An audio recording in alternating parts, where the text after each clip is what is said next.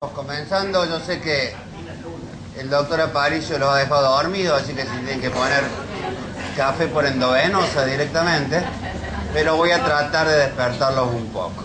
Y antes que nada, muy agradecido por la invitación. Yo ya he tenido el honor de estar antes acá en esta misma casa y realmente siempre un gusto venir, e insisto, un honor que nos hayan invitado y que, bueno, nos consideren todavía para discutir de estos temas.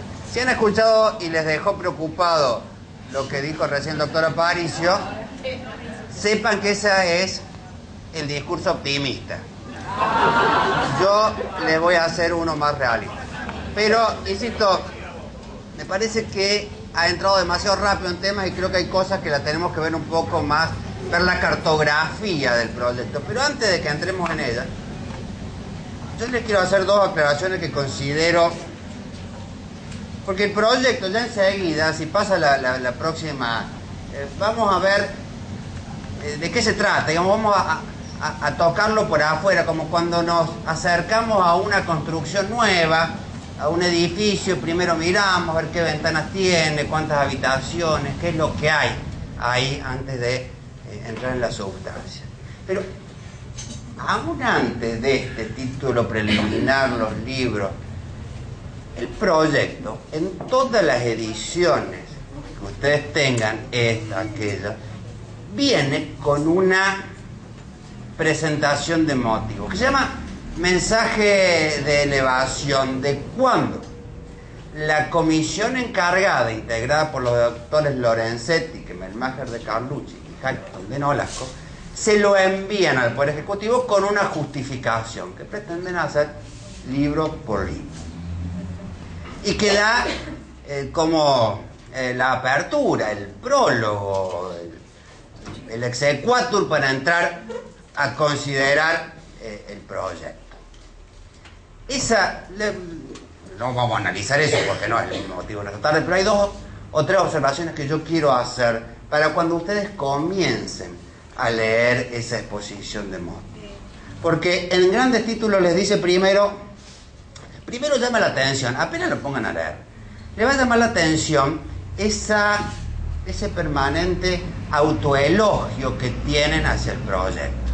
Si acá les enviamos el proyecto, el más moderno, el más justo, el más lindo, el mejor, y llama la atención el ditirambo permanente, que a mí me hacía acordar eso. Cuando yo era chico y jugaba muy mal al fútbol, un día había jugado bien, entonces llegué a mi casa y le decía a mi papá: soy el mejor, qué bien que juego, soy buenísimo, soy el mejor de todos. Y mi papá, con ese cariño tan especial que me tiene, me dice: yo no sé si sos bueno o no, pero cuando alguien realmente es bueno, no lo dice él mismo, lo dicen los demás. Acá hay un permanente elogio a la labor que quizás sea elogiable, porque toda labor codificadora y necesaria como era en nuestro país es sin duda elogiable. Pero el primero dice, como uno de los grandes méritos, el primero que enuncia, dice: este es un código con identidad cultural latinoamericana. Dice que el código de Vélez recibió la influencia del código francés, del de Portugal, el de Perú, el de Chile, el de España. Este tiene... Ahora, si yo les pregunto a ustedes, es decir, ¿qué es la identidad? La identidad se dice que es ese conjunto de rasgos comunes, de características que hacen propia o individual un sujeto o un conjunto de sujetos. Eso que nos distingue de los otros. ¿Qué era, si yo les pregunto a ustedes, cuando entraron al primer año de la facultad a estudiar Civil 1, la señal de identidad más definida de nuestro Código Civil? Las notas. Lo hacían único en todo el orbe, era admirado en el mundo por las notas. Y cada edición que se hizo de nuestro código se hizo con notas. Y podíamos ahí, porque Vélez se ve que no tenía complejos, y decía: esto sí lo saqué, lo leí en el código Sardo, esto lo saqué del código de Luisiana, esto viene de Durantón, esto lo leí de Merlín. No tenía ningún problema en decirlo, que era la verdad. Les dijo recién a París, mucho no se innova. Y en 1871 quizá era... Ahora ya no hay más notas. Es decir, si de señales de identidad se trata, la primera que tenía nuestro código ha sido cercenada o por lo menos no la tiene. No dan explicación, dice, hemos considerado conveniente no acompañar notas en la. Luego, como segunda gran mérito característica, dicen que con este código se propende a la constitucionalización del derecho privado. Dice, innova profundamente al receptar la constitucionalización del derecho privado. Y es un código de la igualdad. Tiene normas orientadas, dice, a plasmar una verdadera ética de los vulnerables. Yo les voy a mencionar nada más, como me parece que se contradice con esta afirmación, que luego en el texto tenemos artículos como 1764, relativo a la responsabilidad del Estado, donde directamente dice inaplicabilidad de las normas. Estamos en el capítulo que trata de la responsabilidad, de la indemnización de daños. Y dice, las disposiciones de este título no son aplicables a la responsabilidad del Estado, de manera directa ni subsidiaria. Y luego el artículo siguiente dice, se regirán por las normas administrativas que correspondan. Pero sí que se puede aplicar las reglas relativas. E insisto, ni de manera subsidiaria, digo, el Estado deja de responder. Es decir, que no solamente no es constitucional, sino que tampoco es moderno. Porque atrasa 100 años, pero 100 años de Vélez. Vuelve a Luis, ni siquiera Luis XIV, a Luis XIII, donde el Estado, porque ¿cuál era la concepción tradicional del siglo XVIII? El poder que representa el monarca viene de Dios. Dios no se equivoca, el Estado tampoco, el Estado no responde. Y esto que nos costó 140 años de una civilización jurídica es derogado. Eso, en mi modesto modo de ver, no me parece ni constitucional, ni mucho menos un código de la igualdad. Fíjense cuando tengamos que responder, ahora que tenemos está tan en boga la cuestión de los derechos humanos. El derecho humano castiga al culpable, pero la víctima de un delito de lesa humanidad que fue cometido por el Estado, se llama el Estado terrorista, el Estado de Derecho, ¿quién le va a reclamar al Estado si no le va a indemnizar con nada? Se tiene que contentar con que se castigue al culpable, pero cuando le han sacado sus bienes, su libertad, su vida, la de sus hijos, indemnizarnos. Fíjate, las AS-30, hemos discutido no sé cuánto, tenemos un trabajo con el doctor Macé sobre AS-30. En el artículo 804, dice sanciones combinatorias, dice más o menos que los jueces las pueden imponer a quien no cumpla con un mandato judicial. Así está en nuestro... Pero le agregan al final: la observancia de los mandatos judiciales impartidos a las autoridades públicas se rige por las normas propias del derecho administrativo. El derecho administrativo no tiene normas referidas, o está en el derecho procesal, porque siempre se dijo que esto de las AS-30 es una cuestión procesal. Pero, ¿qué quiere decir? Que al Estado no se le van a imponer AS-30. Esto es la igualdad o la Constitución. Código basado en un paradigma no discriminatorio, eso es relativo, hay cosas en las que se avanza, creo que no en la propiedad comunitaria indígena, porque por ejemplo, quien esté afectado con eso, en realidad no tiene ningún privilegio, porque no la puede vender, no la puede grabar, no puede construir sobre ella si no cumple una serie de requisitos.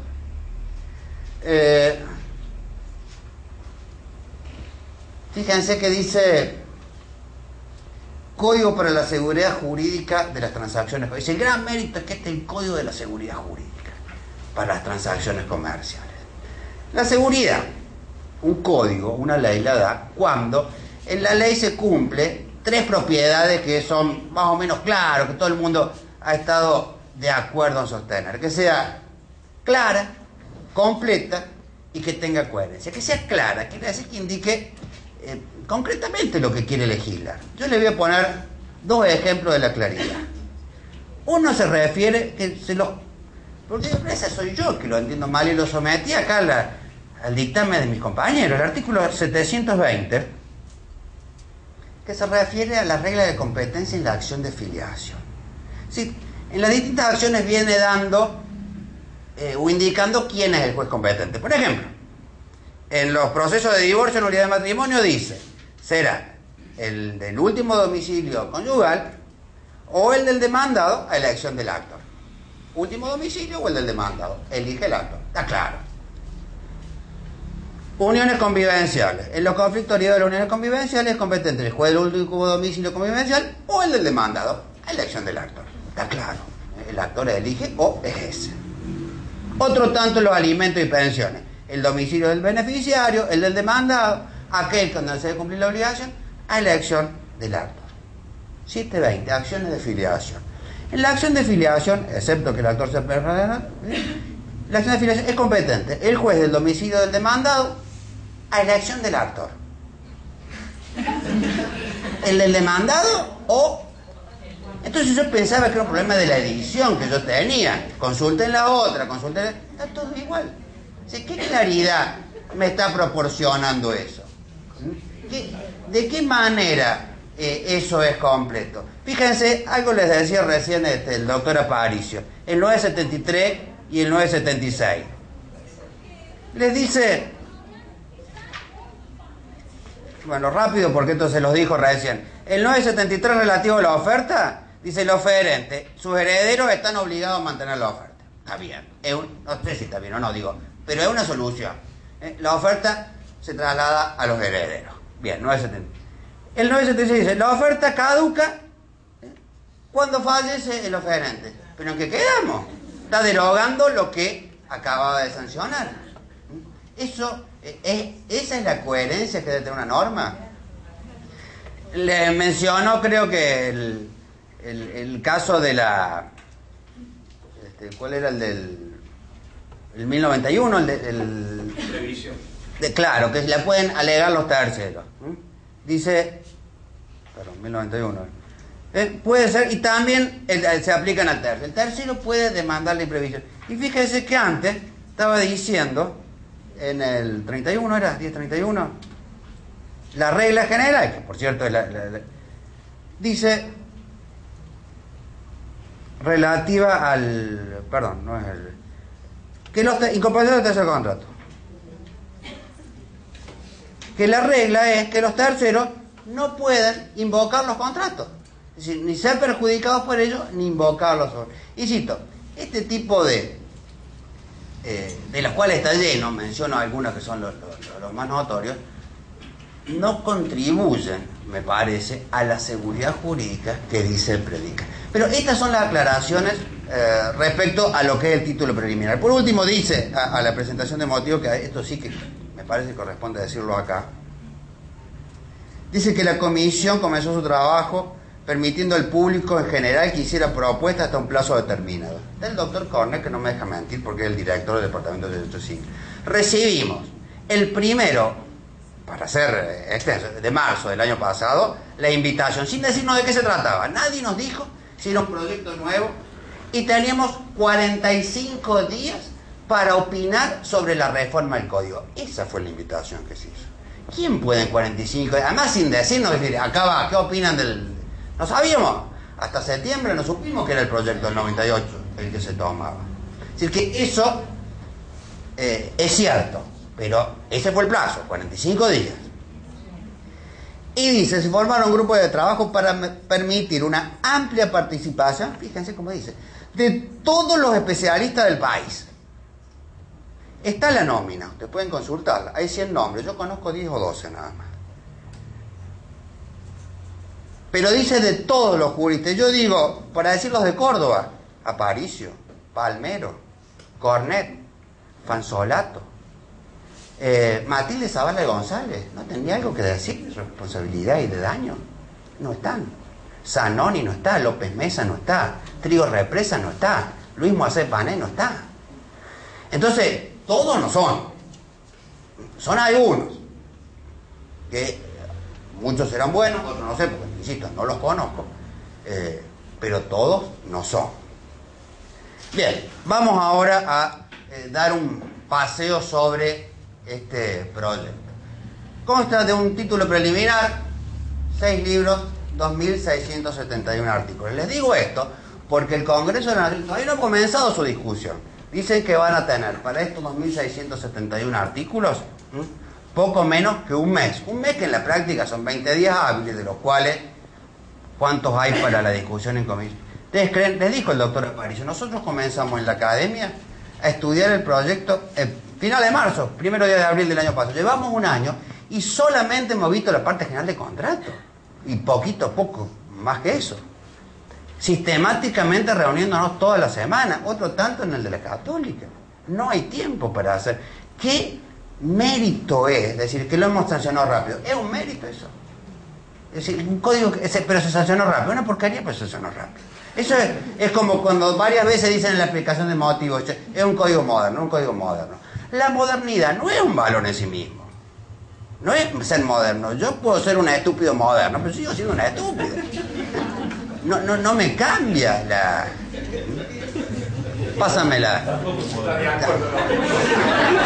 Pero no es lo de moderno. Estamos de acuerdo, pero no es lo de moderno. Bueno, esta es la visión general de lo que tenemos en el proyecto. El título preliminar, que habla del derecho, la ley, el ejercicio... Yo creo que vale la pena que les mencione, porque digo, acá hay buenos juristas en Catamarca realmente, así que alguno me logrará entender lo que dice el libro. Fíjense lo que dice el artículo primero. Los casos que este código rige deben ser resueltos según las leyes que resulten aplicables. Los casos que este código rige deben ser resueltos según las leyes que resulten aplicables. Eso es, digamos, algo para empezar. Vieron que los grandes libros que uno se acuerda siempre empiezan con una frase portado, qué sé yo, en un lugar de la Mancha, no sé, en el principio era el verbo, llamadme Ismael, en fin. Este dice, los casos que este código rige deben ser resueltos según las leyes que resulten aplicables. Eso tiene que ser un código civil para empezar. Así empieza el Código Civil de la República Argentina. Bien. Luego, el libro, les dije que teníamos 6 libros. Creo que el método, como decía el maestro Buteler, en este caso es bastante después, mejor quizá. Al principio hubo una modificación entre lo que mandaron los de la comisión y lo que luego el Ejecutivo le mandó al Congreso. Sin embargo, creo que sigue más o menos los métodos tradicionales. La parte general, que habla de las personas, de los bienes, hechos y actos jurídicos y de la transmisión de los derechos, no los sucesores que van después. El libro segundo, íntegramente dedicado a las relaciones de familia. Todo, casi un pequeño código, un microuniverso de la familia en el libro segundo. El libro tercero, del cual hablaremos en estos días, es los derechos personales. El cuarto, derechos reales. El quinto, derecho sucesorio. Y el sexto, disposiciones comunes de derechos personales y reales, donde también está la prescripción, que no sé si algo les mencionará mañana el doctor Conan. ¿Sí? Los derechos personales en el proyecto están estructurados de la siguiente manera, o regulados. Las obligaciones, los contratos, que son, como ustedes saben, la fuente de las obligaciones, y otra fuente de las obligaciones. Pasemos. A su vez, los contratos tienen esta triple división. Una parte general, la teoría general del contrato.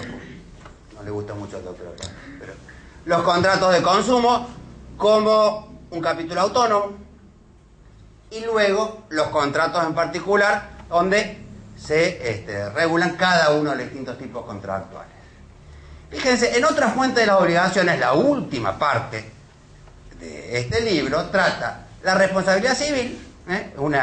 Me parece que la ubicación esa no es criticable, al contrario, creo, es más, yo creo que la parte de responsabilidad civil es la que mejor está, a diferencia del contrato, donde vemos tantos problemas. La gestión de negocios salió, ustedes se acuerdan que estaba en el final de los contratos en particular, igual que el empleo útil. El enriquecimiento sin causa, también expresamente previsto, el pago indebido. La declaración unilateral de voluntad, que estaba muy dispersa en el código, ahora tiene una regulación específica. Y los títulos valores, fíjense dónde van los títulos valores, todo y no derogan el decreto ley del Chile, del pagaré, ¿no? Que sigue vigente, pero van los títulos valores en otra fuente de las obligaciones. Todos estos son los contratos que se incorporan. Nosotros tenemos en el Código Civil vigente unos 15 contratos de los que llamamos nominados o típicos, los que tienen su regulación. Otros que también son nominados típicos, que están en otras leyes, el leasing, el fideicomiso, los que están en el Código de Comercio. Ahora duplicamos, nos pasamos a tener 30 contratos, leasing, transporte, consignación. Los contratos bancarios, aparte está bastante bien, que a su vez incorpora todas las operatorias bancarias contractuales posibles, corretaje, contrato social, factoraje, bolsa, cuenta corriente, agencia. La transacción, medio extintivo de las obligaciones, pasa a, lo cual me parece que era algo propuesto por la doctrina, fideicomiso, cesión de la posición. La cesión de la posición contractual, también como un contrato típico. Los contratos de consumo se los dejo porque eso lo vamos a ver mañana, así que pasemos el título este. Vamos entonces específicamente a la teoría general, o a la parte general del contrato. ¿Cómo tenemos ahora la estructura? Algo les dijo el doctor Aparicio. Primero un capítulo primero que se llama disposiciones generales, la definición de contrato, que hay algo que en otra oportunidad lo he dicho, pero omite el acuerdo, no dice que... ¿Por qué no lo dice? Porque hay una cosa tan artificial en muchas de las disposiciones, cosas como si la ha usado Vélez, nosotros no lo usemos. No importa si está bien, no, para ser distinto. Por eso no dicen acuerdo. Libertad de contratación, el efecto vinculante, la facultad de los jueces. La facultad de los jueces me parece que es algo que merece que... Es decir, siguen ese sistema de que avanzo un poquito y retrocedo 2 pasos. Dice respecto de la facultad de los jueces no tienen facultades para modificar las estipulaciones de los contratos. Si facultad de los jueces no tienen facultades. Bien. Excepto que sea a pedido de una de las partes cuando lo autoriza la ley, o de oficio cuando se afecta de modo manifiesto el orden público. Yo no hago juicio de valor. Esto sí es una incorporación nueva. Porque antes se acuerdan que teníamos la morigeración de la cláusula penal por abusiva. Ahora dice, la regla es que el juez no interfiera en el contrato. Y luego un paso que a mí me parece importante, porque es muy común y lo veo en Córdoba. Si lo hace, debe ser a pedido de parte. Y en algunos de los casos que... ¿Por qué les digo esto? En Córdoba, por lo menos, los jueces muchas veces tienen una tendencia de con mucha rapidez intervenir en los contratos, un caso muy concreto, los intereses. A mí no me gustan los... Y hay un actor que demanda el cobro de una deuda y el demandado no comparece, está rebelde. Entonces sigue el juicio. Y cuando llega el momento de sentencia, el demandado no ha dicho nada, simplemente ejerció el derecho de quedarse en su casa, pero el juez dice, no, estos intereses son muy altos, así que se los bajo. Y eso dice el juez de 32 civil. Y el juez de 33 dice otra cosa. Y para este juez, el 33% anual, por ejemplo, está bien. Y el del juzgado de la vuelta dice, no, el 40%. Y es un caos. Y sobre todo, no ha sido alegado ni pedido por quien se supone que es el afectado. Me parece que esto es una contribución a dejarla así. No intervenga. Obviamente, y esta creo que la parte final tiene razón, hay cosas que son indigeribles, que si no lo tolera en nuestro elemental sentido de justicia, el juez no puede comer cualquier verdura y decirle, lo acepto. Pero tiene que ser cosas así de notables, si no, no se justifica esa sanción. La clasificación de los contratos, ya se las mencionó el doctor Aparicio. La formación del consentimiento. Fíjense, tiene 5 secciones. Esto le habló recién, oferta y aceptación. El contrato por adhesión a cláusulas generales predispuestas se considera, actualmente, lo tenemos, su única consideración es en la ley 2440, la ley de defensa del consumidor, ahora estará en el código. Sección tercera, tratativas contractuales. Claro, porque si son las tratativas contractuales, en realidad son las precontractuales, antes de llegar al contrato, tendría que estar antes de la oferta y la aceptación, por lo que es el orden natural de los negocios, pero sin embargo, ahí están. Lo importante de eso, y eso me parece una buena incorporación, que el deber de buena fe está incorporado también. ¿Se acuerdan lo que era la etapa de los pourparlers? Antes de que lleguemos a celebrar el contrato, que efectivamente en el Código de Vélez no se preocupaba mucho por esa parte, ahora lo considera. Sección quinta, pacto de preferencia y contrato sujeto a conformidad. El capítulo 4, incapacidad e inhabilidad para contratar. Lo que era la capacidad para contratar. Muy pobre, hay una remisión al acto jurídico, a la capacidad de los actos jurídicos. Les adelanto que en la parte especial, en los contratos en particular, no hay ninguna referencia a la capacidad. No hay ninguna, es decir, toda la capacidad, siempre una de las críticas que se le solían hacer a Vélez es decir, bueno, ¿por qué en cada contrato en particular? Vino que cuando la compra-venta es capacidad para comprar. La cesión, capacidad para ser cesionario. Ahora no. Está todo en esta parte, que tiene ¿cuánto? 2 o 3 artículos, nada más.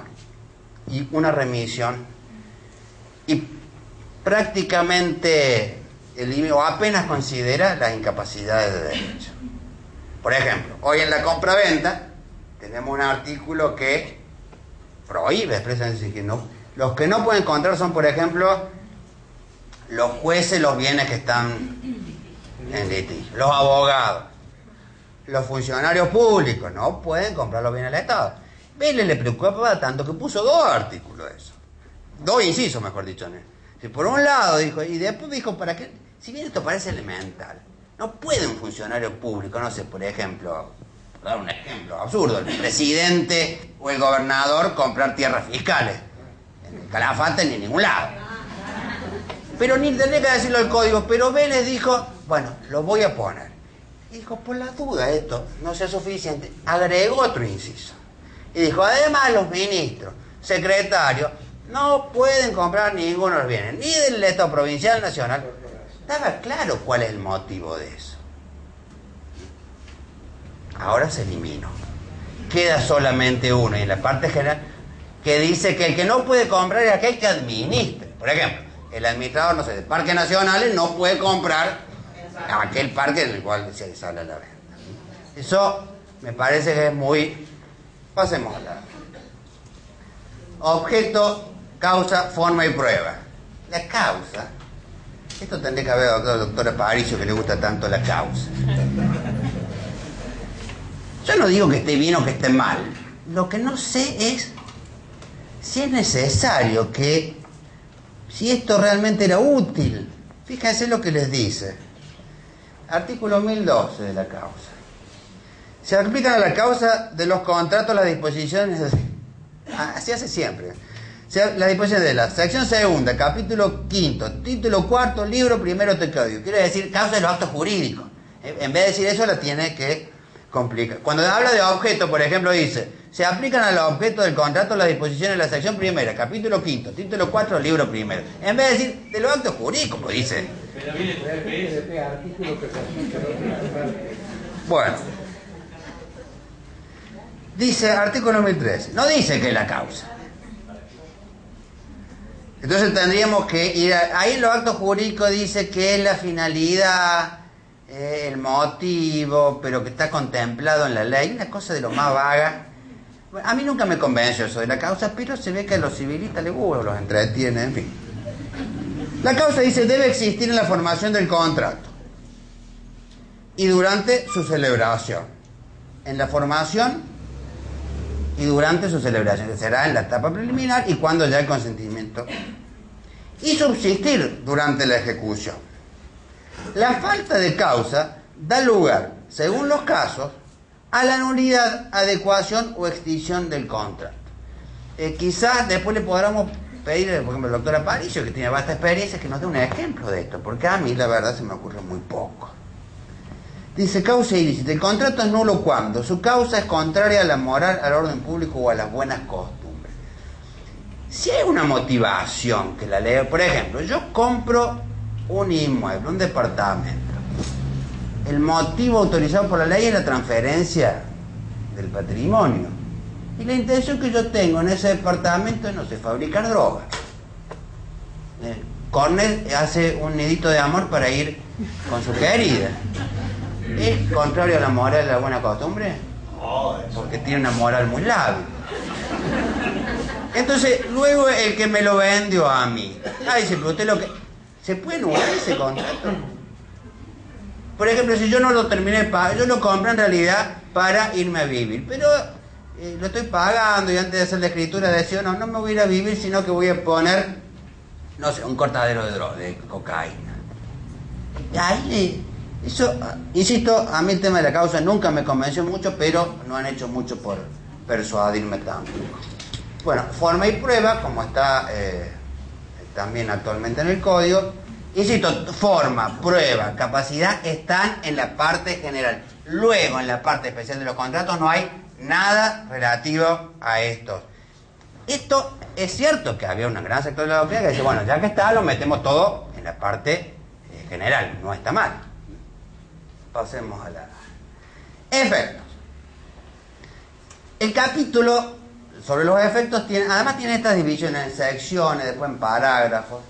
El efecto relativo es lo que les decía recién. Establece la regla que los contratos no pueden afectar a terceros ni pueden ser invocados por ellos. Pero luego, cuando habla de la imprevisión, dice que los terceros pueden reclamar también la ineficacia de aquel contrato. La incorporación de terceros, suspensión del cumplimiento y fuerza mayor. Suspensión del cumplimiento es lo que vinimos conociendo durante todo este tiempo como exceptio non adipendi contractu o excepción de incumplimiento contractual.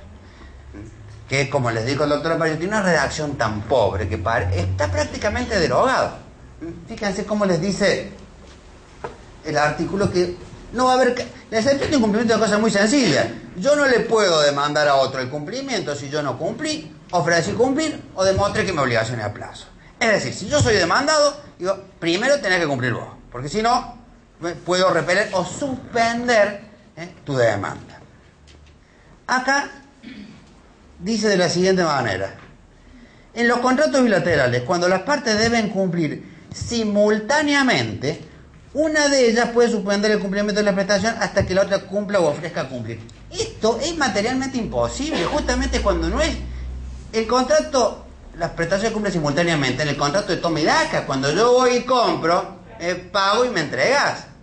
¿Cómo voy a ir a poner una excepción de este tipo? No hay manera, en la práctica, digo.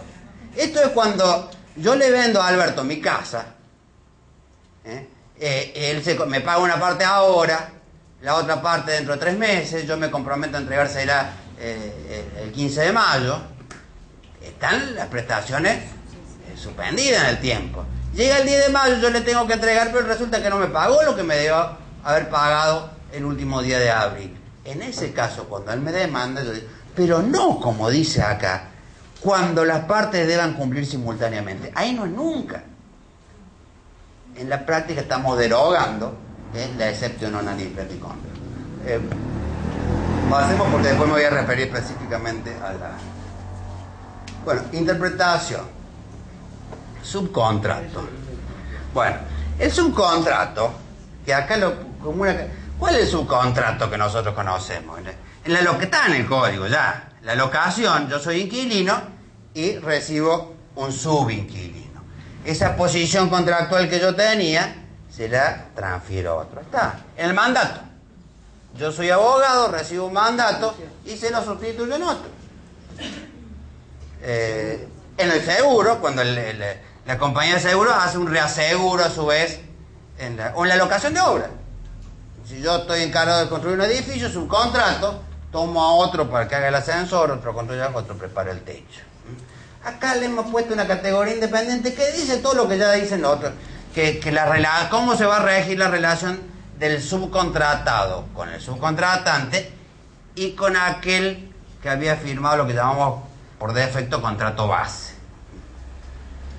Bueno, yo creo que es una incorporación artificial, pero es importante que sepamos, ahora está, lo vamos a tener. Respecto a la extinción, modificación y adecuación, mañana les tratará eso el doctor Cornet, prevé la rescisión, usa de una manera un poco caótica los términos rescisión y resolución.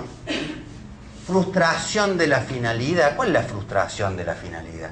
Es el caso de la torta de la boda, que yo contraté, o el DJ para la fiesta de casamiento del sábado a la noche, me la tienen que traer a las 11 de la noche, si me la traen el domingo a las 10 de la mañana, ¿hay mora? No, hay cumplimiento, ya no la quiero la torta a esa hora.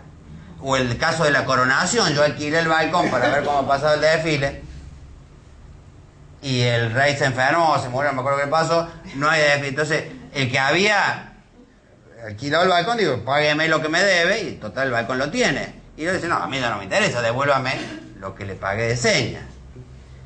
Yo no sé si es frustración de la finalidad o se trata de cuestiones relativas al cumplimiento. En fin, están, insisto, previstas en este proyecto. Les voy a marcar 3 novedades más como para que me parece importante. El contrato de compra-venta está definido y regulado de manera similar a cómo lo hace actualmente el código. Pero esto sí es toda una novedad. El boleto de compra-venta, a cuya generalidad ya se refirió el doctor Aparicio, innova respecto de lo que se entiende actualmente. En este momento la jurisprudencia está muy dividida, pero acá siguen lo que es la mayoría en la provincia de Buenos Aires, entendiendo que el boleto privado de compra-venta puede oponerse aún a un embargante. El CAIRA siempre ha sido un poco... Pero sí el de la Corte de Buenos Aires. Si ustedes tienen un boleto, pueden, con los estos 4 requisitos que le da a continuación. El boleto se puede oponer al que haya trabado una cautelar, un embargo concretamente. Claro, primero que debe haber recibido el boleto, el firmante, el enajenante, debe ser el titular registral o demostrar, como dice ahí, una perfecta sucesión o eslabonamiento en las sucesivas transferencias. El primer requisito, recibirlo del titular registral. Segundo requisito, por lo menos tener saldo al 25% del precio. Tercer requisito, fecha cierta. Estos son 2 que están en el 1185 vía actualmente respecto de la oponibilidad al concurso. Y el cuarto requisito, publicidad suficiente, sea registral, sea posesoria. Si es registral, en general, ahí donde hay registros, en Córdoba no lo hay, en Tucumán creo que hay registro de posesión, de alguna manera se podría entender que la... hay registro de boleto, pero en Córdoba no hay registro de boleto. O sea, yo creo que registran la posesión, pero al solo efecto de la posesión. Y entonces, y la otra es sea posesoria, quiere decir, si yo ejerzo la posesión y esta es pública, eso me parece que el requisito, la exigencia es un poco frágil, porque sí, yo puedo efectivamente hacer con posterioridad para evadirme del embargo. Estos requisitos de alguna manera se pueden llegar. En fin, insisto, hay en este momento 2 posiciones en la DOC, pero acá creo lo que es bueno del proyecto es que adopta, se inclina por una de las soluciones. Está bien, el boleto es oponible a la cautelar, aunque esté registralmente inclinado. Malo, pero es una solución. Digamos, acá no titubea. Otro tanto sí. Bueno, la oponibilidad del boleto, sí, más o menos yo coincido con el doctor Aparicio. Actualmente en los 85 se da con la ley de concurso sociedad que dispone de otra manera. En el proyecto, el boleto que tenga el adquirente lo va a poder oponer al juez del concurso, va a poder seguir pagando el precio de la manera periódica en cual lo tenía convenido. Sí establece en la última parte que sí, que será obligatorio que constituya una hipoteca de primer grado para asegurar el saldo del precio. ¿Quién va a ser el que...? ¿Ah? Claro, el beneficiario... La ley concursal no hay. La ley concursal no se deroga. Por eso mismo debería estar en la ley concursal. el beneficiario del derecho real de hipoteca será, no sé, el juez del concurso, el tribunal claro, quien lo va a poder, o el síndico, en fin. Está claro quién va a ser el acreedor. El contrato de suministro, fíjese esto del contrato de suministro, que curioso. Está bien que lo hayan incorporado, porque creo que había una tipicidad. Bueno, esto es importante, porque también es novedoso. La locación, el proyecto lo que hace es, así como actualmente en el 1523, tiene las 3 locaciones juntas, la de cosas, la de obra y la de servicio, ahora ya no. Es más, locación se llama nada más que lo que hasta ahora entendemos que es la locación de cosas. Se llama simplemente locación, no es locación, es un contrato de locación. El alquilar, alquila un bien, mueble o inmueble, el arrendamiento. Lo otro es el contrato de obra y servicio. Las características son las mismas. Transfiero el uso y goce por un tiempo determinado a cambio de un precio cierto y en dinero. Pero fíjense estas novedades que están acá. Primero, el 1190 en el proyecto dice que si la cosa locada es inmueble, dice, si la cosa locada es inmueble, es un inmueble, o parte material de un inmueble, es decir, como que se pueden locar las partes materiales de un inmueble. O el tanque de agua. Puedes vivir con tu traje de uso adentro del tanque de agua. En fin, destinado a habitación, en caso, fíjense lo que dice, de abandono o fallecimiento del inquilino locatario, la locación puede ser continuada en las mismas condiciones pactadas y hasta el vencimiento del plazo contractual por quien lo habite y acredite haber recibido del locatario ostensible trato familiar durante el año previo al abandono o fallecimiento. Esto deja bastante duda. Yo sé a dónde han querido apuntar. Lo que le pasa al doctor Cornell cada rato. Tiene una novia, vive con ella, se harta rápido, a los 3, 4, 5 meses le dice podemos seguir siendo amigos y nunca da resultado, se raja. Pero el contrato de locación lo firmó él. Y acá lo que dice es que la novia del doctor Cornet, que no firmó el contrato, que seguramente es insolvente, puede quedarse. Eso es lo que dice. ¿Y a quién voy a demandar por ejemplo? No paga más, no dice la conveniente, dice ostensible trato familiar. Fíjense, el doctor Sarza tiene el trato. Pero las preguntas son, ¿a quién demando? No pagan el alquiler, ¿a quién demando? ¿A quién quiso abandono? Va a decir, no, yo tenía trato familiar, lo termina el trato familiar, así que lo que dice el 1190 es que continúa es él, no yo. Pero eso sería para el que no tenga un instrumento, porque sería el acta de matrimonio. Porque va la conviviente, entonces. Sin duda, entra la conviviente, pero la novia, la pareja de novios que hoy se van a vivir juntos. Supóngase que ella o él hace el contrato de locación, que el locador lo elige porque uno de los dos es solvente, luego se pelean y se van. Otro problema más. Otro problema más.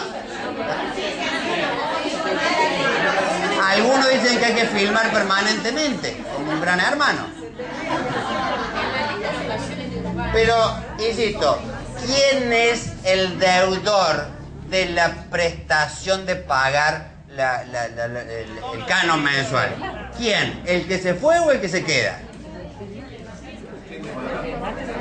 Y dice que ese derecho prevalece. Otra cosa más. Tiempo máximo en la locación. Ahí también tienen una variación. Ahora dice 20 años con destino habitacional. El máximo, ojo, el máximo, que actualmente es 10, el techo. Y 50 con otros destinos. Para otros, es decir, siempre que no sea habitación puede ser hasta 50. El contrato renovable. Fíjese después cuando va al 1198. El mínimo, ahí no hace más. Actualmente tenemos un mínimo que es 2 años para habitación, 3 para comercio y industria. Ahora dice, no me importa cuál sea la finalidad, el destino, es 2 años para todos.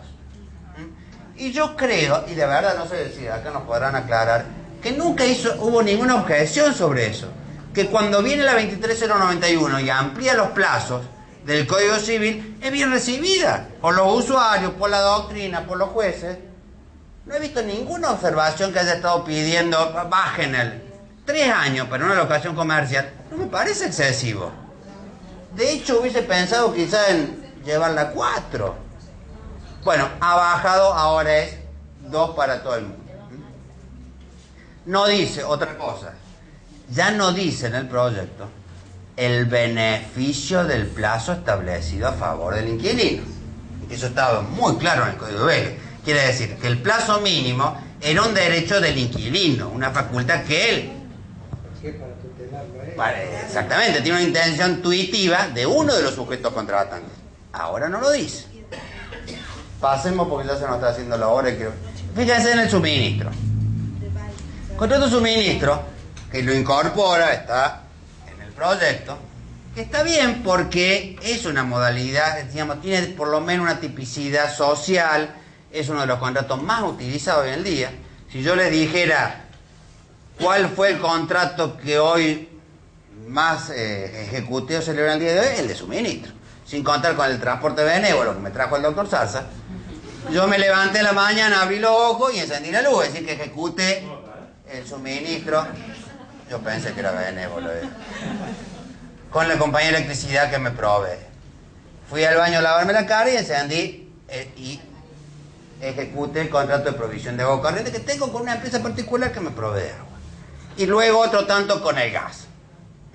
Y luego encendí la televisión en lo que me provee cable y luego el de internet. Y así. Está bien que tenga un trato. ¿Ah?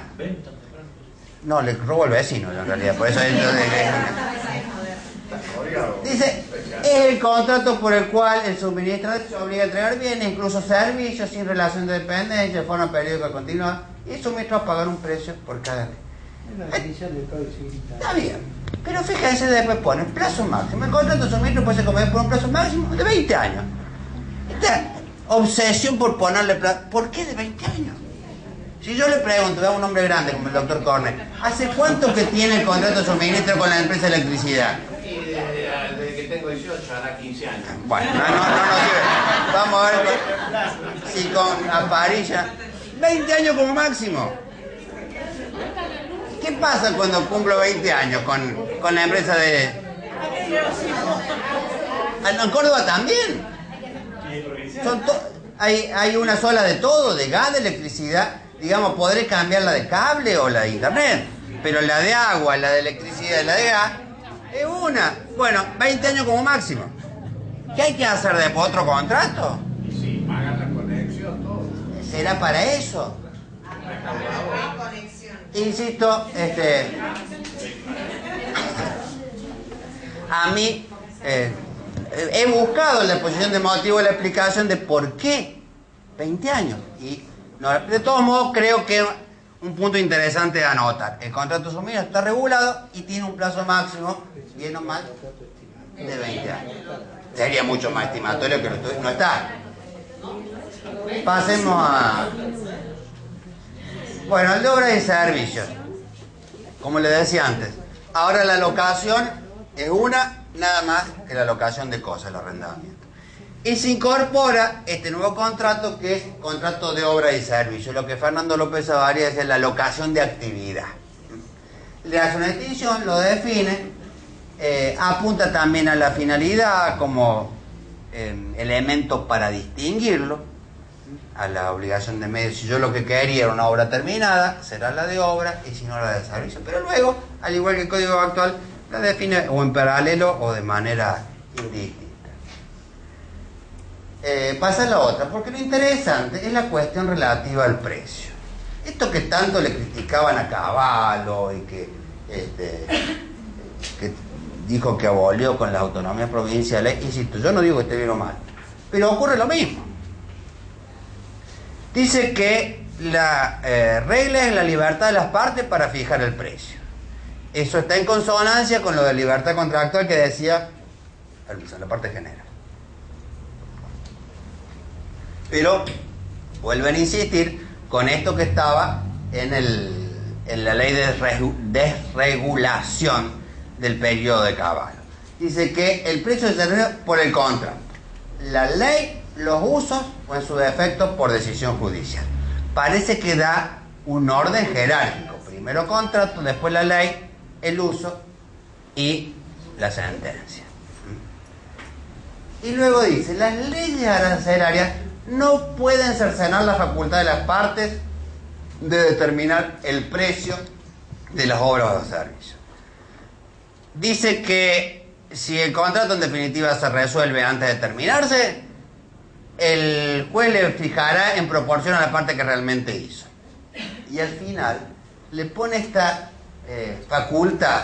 Dice, si la aplicación es estricta de los aranceles locales, si ya directamente dice a dónde estamos apuntando, a las regulaciones provinciales. A esto va, a la ley arancelaria de los abogados, por ejemplo. Ese era, Cavallo tenía principalmente esa intención. Él odiaba a los abogados, ¿se acuerdan? Todas las desgracias de la economía es culpa de los abogados. Encarecen todo, en fin. Por eso puso en el 1627 era que le agregó esa. Bueno, entonces dice, si la aplicación es estricta a una e injustificada desproporción de retribución resultante y la importancia de la labor cumplida, el juez puede fijar equitativamente la retribución